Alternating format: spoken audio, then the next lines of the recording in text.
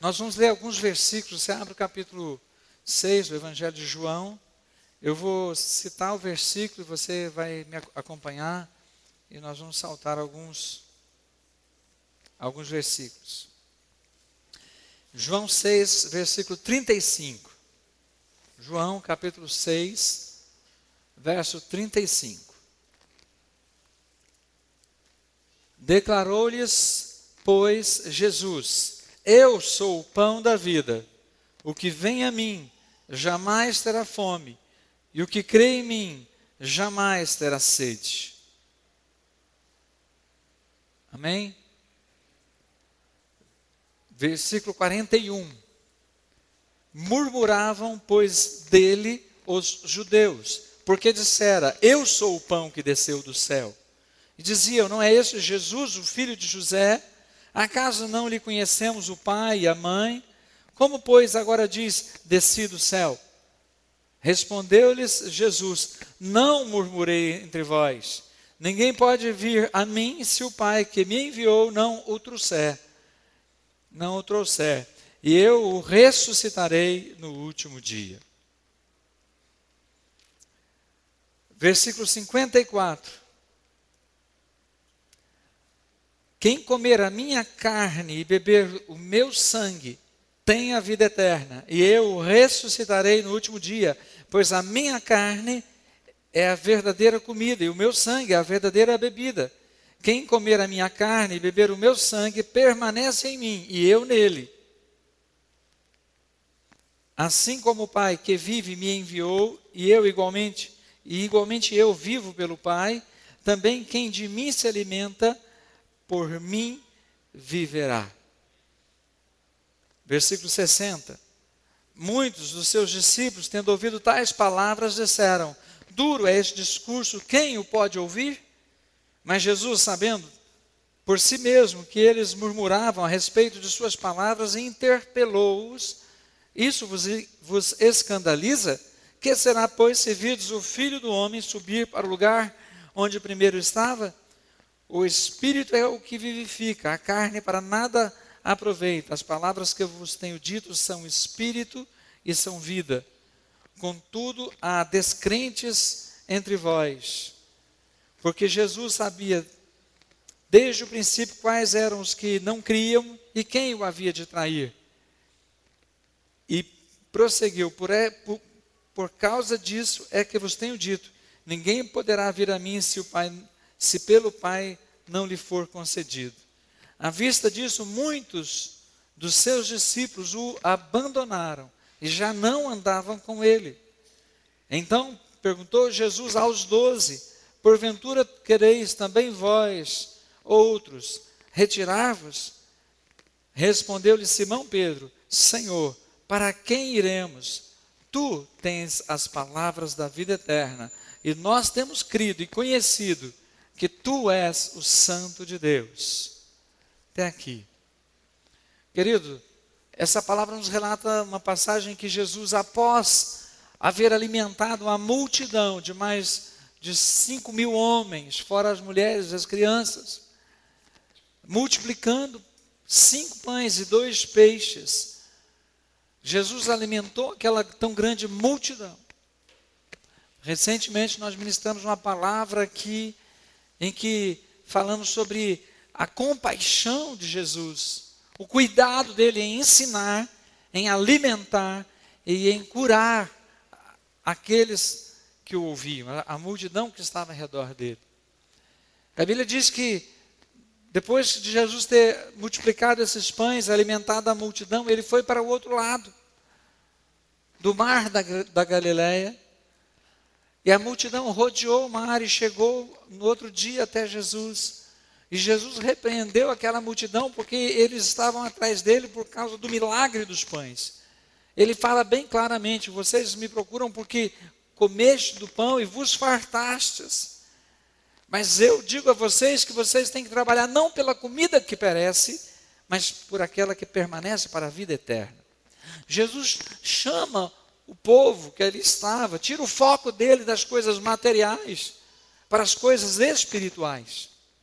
A igreja e quando eu falo igreja, querido, eu me refiro mais particularmente à igreja brasileira, a igreja evangélica no Brasil, nas suas mais diversas denominações, e eu não estou dizendo que são todas, nem generalizando, mas uma grande parcela da igreja tem trabalhado na rota inversa, e usado como meio de atrair as pessoas, fazendo com que elas tirem os olhos do que é espiritual para aquilo que é material.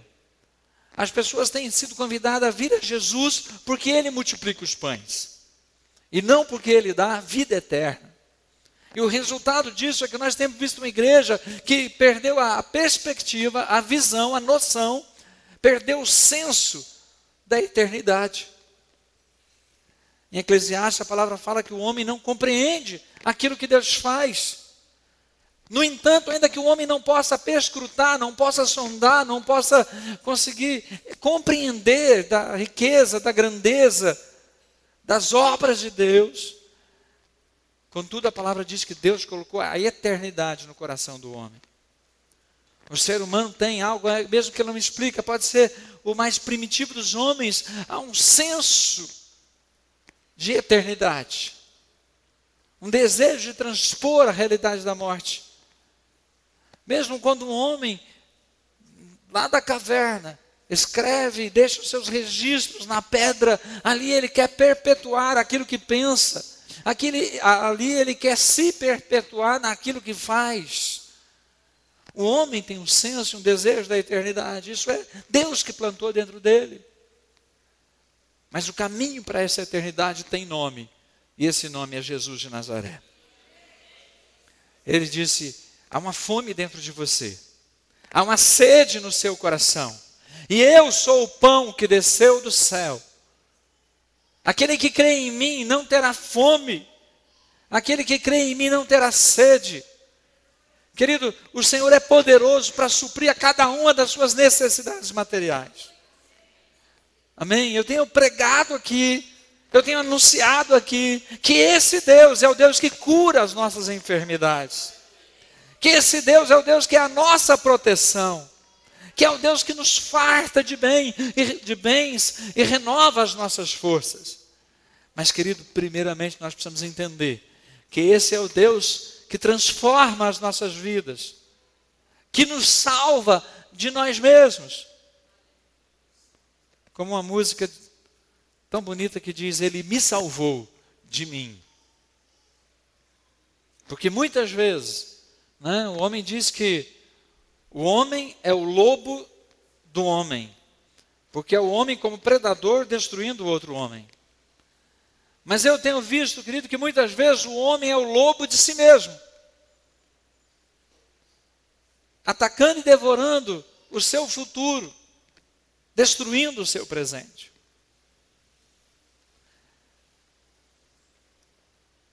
O homem muitas vezes se volta para satisfazer os seus instintos, os seus prazeres, os seus desejos de tal forma e maneira que ele sucumbe aos próprios prazeres.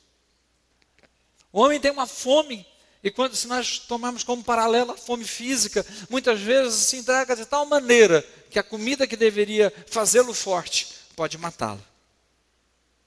Nos Estados Unidos morre mais gente por obesidade do que por falta de comida. E o Brasil está na mesma direção. O homem tem sido o lobo de si mesmo. Mas Jesus nos chama a uma realidade. Ele nos chama a trabalhar pela comida que não perece.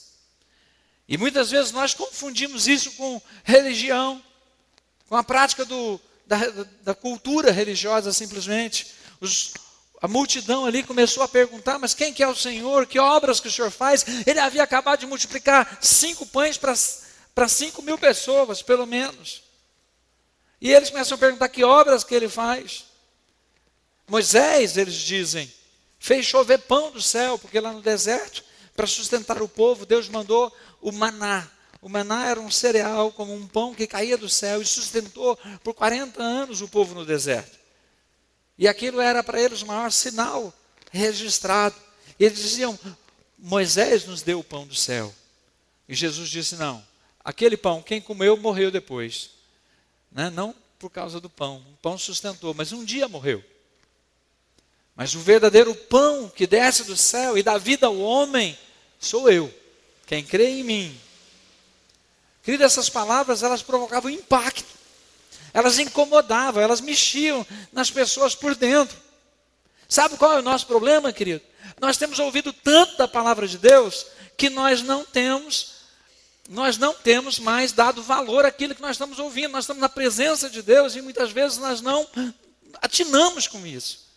Nós temos que estar atentos à realidade do que Deus faz. Mas muitas vezes, querido, nós já não nos incomoda. Já não chama a nossa atenção o fato de Deus estar falando. Porque nós já nos acostumamos. Nem que fosse para ficar indignado, nós deveríamos pelo menos estar atentos à realidade do que Deus está falando. Nem que fosse para discordar. O pior é a indiferença. O contrário de amor não é o ódio, é o desprezo. E nós somos chamados a estar atentos à realidade da presença de Deus. Se ficarmos assim atônitos, e talvez nascer dentro de nós alguma rejeição, não, mas peraí, isso está muito duro, talvez nós sejamos levados a questionar, e questionando encontremos uma resposta da parte de Deus que nos transforme. Talvez seja por isso que Jesus falou que é melhor ser quente ou frio. Lógico que Deus não quer ninguém afastado dele. Mas o pior é aquele que acha que está perto.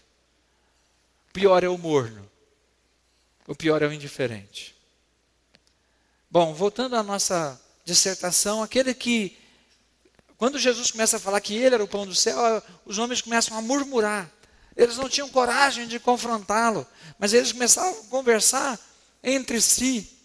Eles começavam a murmurar, mas quem que é esse? Como ele fala que desceu do céu? Ele é o filho do José, ele é o filho da Maria. Nós vimos esse menino crescer. Como é que ele fala que ele desceu do céu? Eles não conseguiam entender, queridos. A multidão. Quando fala que os judeus, é o mesmo que no começo desse contexto diz que a multidão foi atrás dele para ouvi-lo, para estar com ele, porque ele multiplicou os pães. Mas agora a multidão estava murmurando contra Jesus.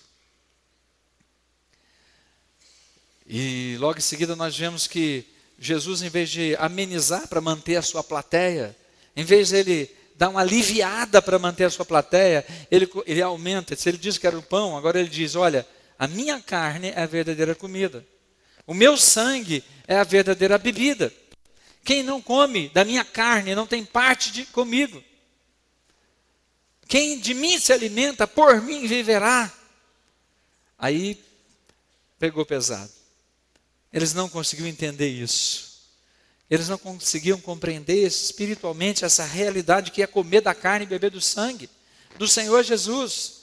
E sabe o que me assusta, querido? 2000 anos depois, com tanta luz, com tanto esclarecimento, com tanto estudo, com tanta pregação, há muitas pessoas que estão na igreja, preocupadas em multiplicar o pão da sua casa, multiplicar o carro novo na sua garagem, multiplicar a sua conta corrente bancária.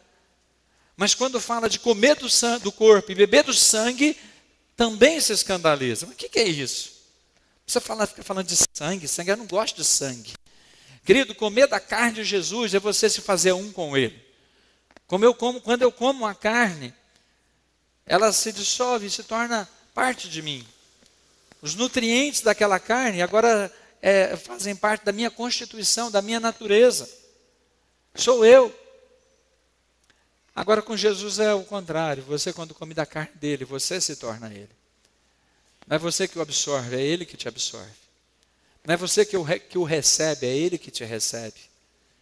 A gente fala muito em aceitar Jesus. As pessoas deveriam pensar em clamar a Deus para ser aceito por ele. Para ser recebido na sua família. Para fazer parte da sua carne. Jesus, de propósito, falou de um discurso que chocava. Você tem que estar disposto a unir-se a mim, a viver por mim, a viver comigo. Ele fala, a carne para nada aproveita, as palavras que eu vos tenho dito são espírito e são vida. Então comer a carne não era um canibalismo, e nem beber do sangue um vampirismo. Mas Jesus estava falando de uma disposição de dar a sua vida, de se tornar um com Ele, de crer nele, de andar com Ele e estar disposto a sofrer e morrer com Ele se for preciso. Que quando Ele fosse perseguido, preso, quando Ele fosse desprezado, quando o mundo se escandalizasse com Ele, nós estaríamos do seu lado. Não nos envergonharíamos de ser seus seguidores. Não teríamos vergonha de dizer, eu sou de Jesus.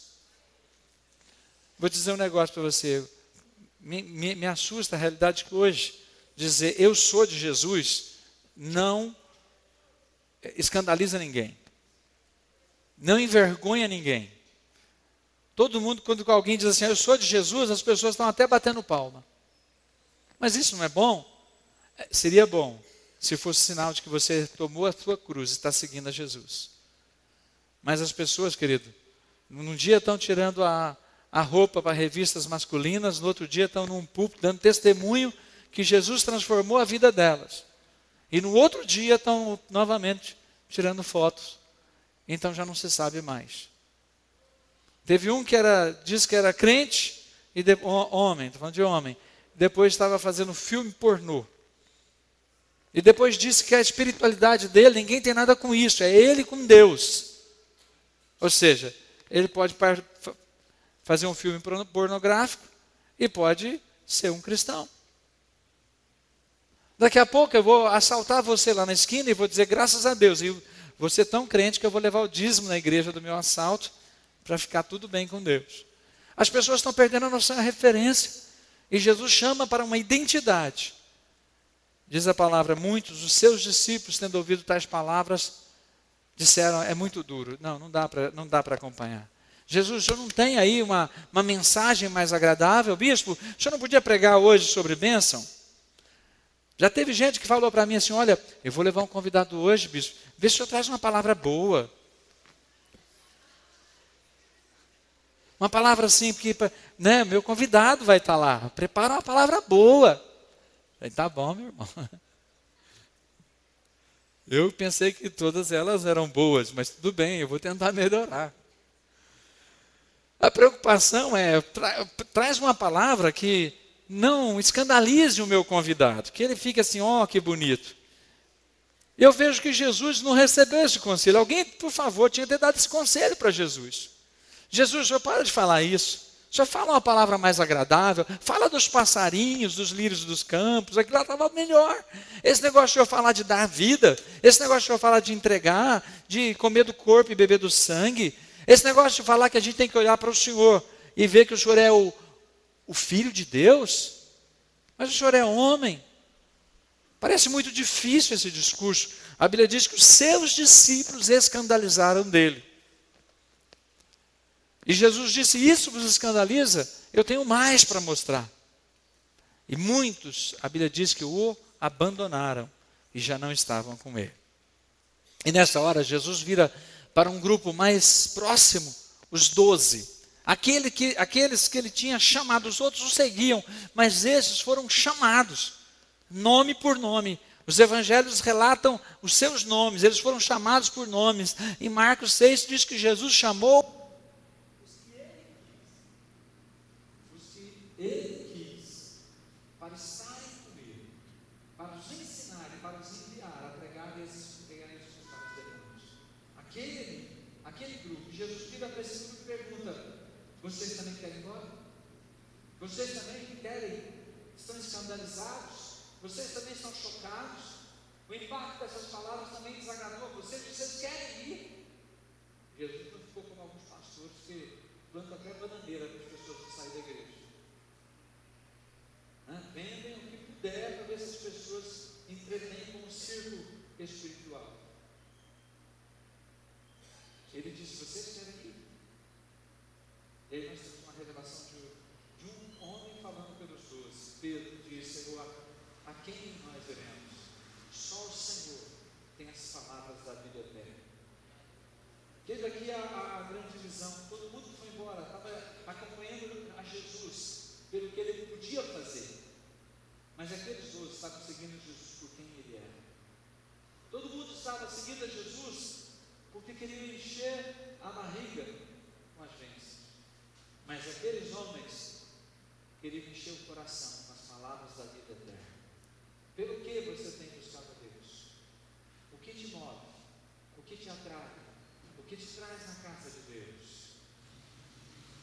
Eu não sou incoerente, eu prego muito sobre os milagres, sobre as bênçãos, eu prego muito sobre o que Deus faz em favor daquele que dele crê.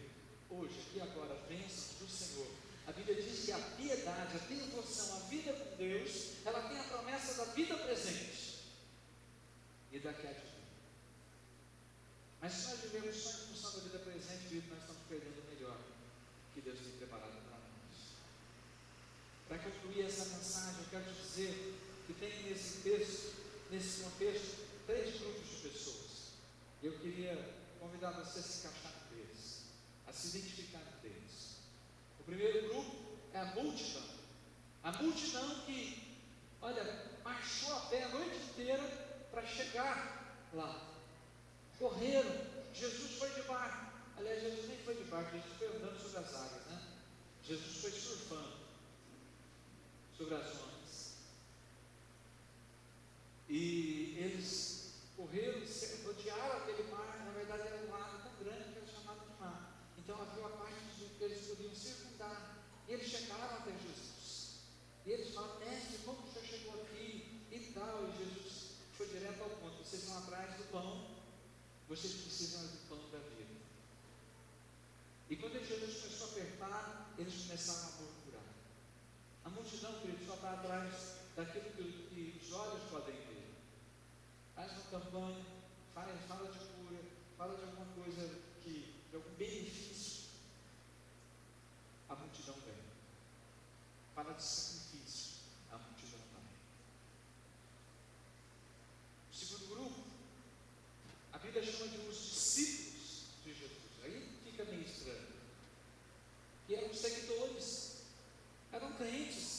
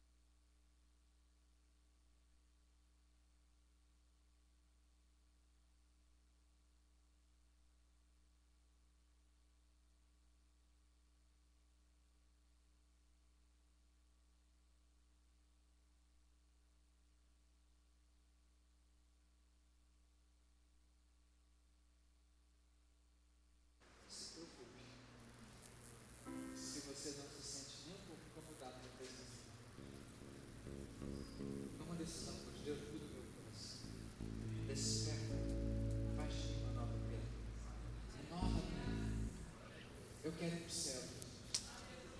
Amém. Hoje pela manhã, ontem à tarde, à noite, nós estamos celebrando o casamento.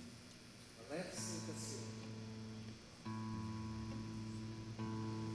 Saindo de lá, eu recebi o telefonema de um falecimento.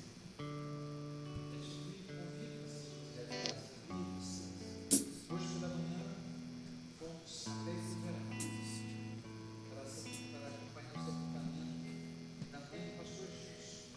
O pastor Justo perdeu a sua mãe na tarde, foi sepultada hoje. Eu pedi à igreja orar por ele, pela família dele, pelos familiares.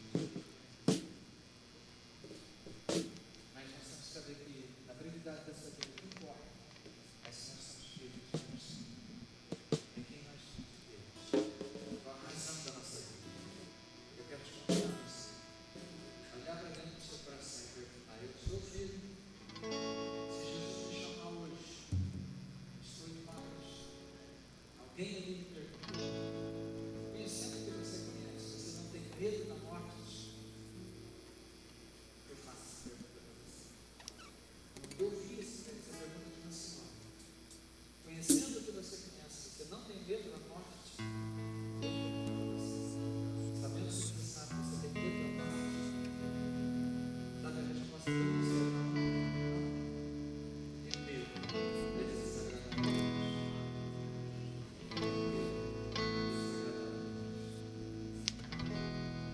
Se você tem esse receio, esse temor,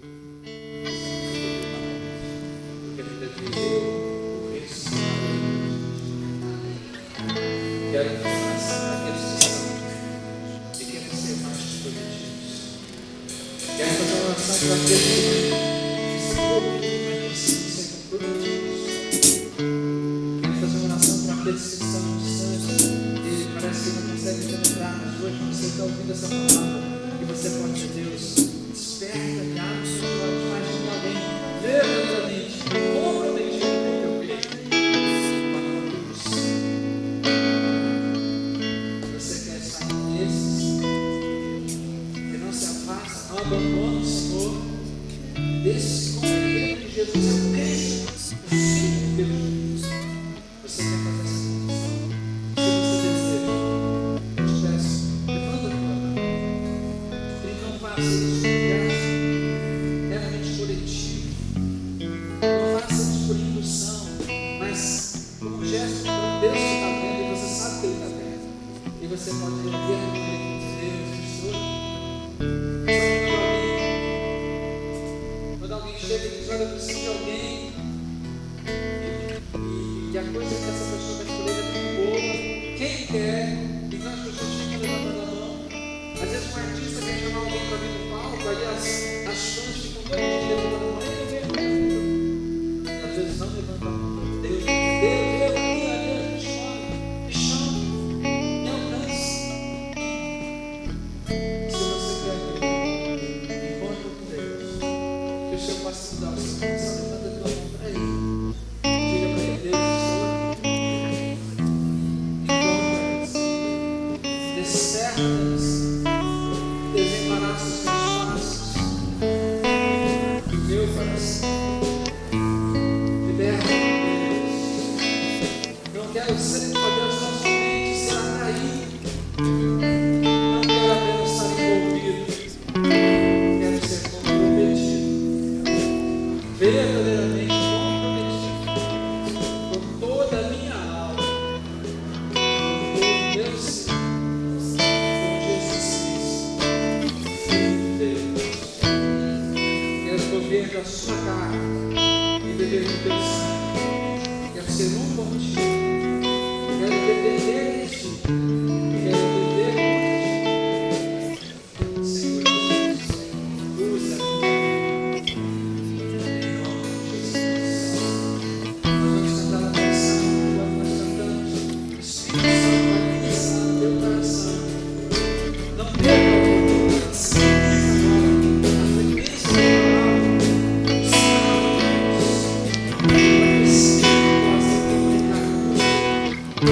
Deus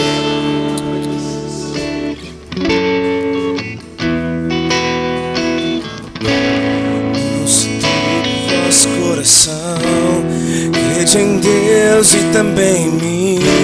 Na casa de meu pai há muitas moradas.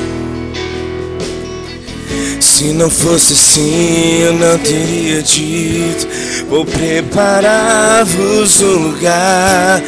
Eu irei, vos levarei para mim mesmo.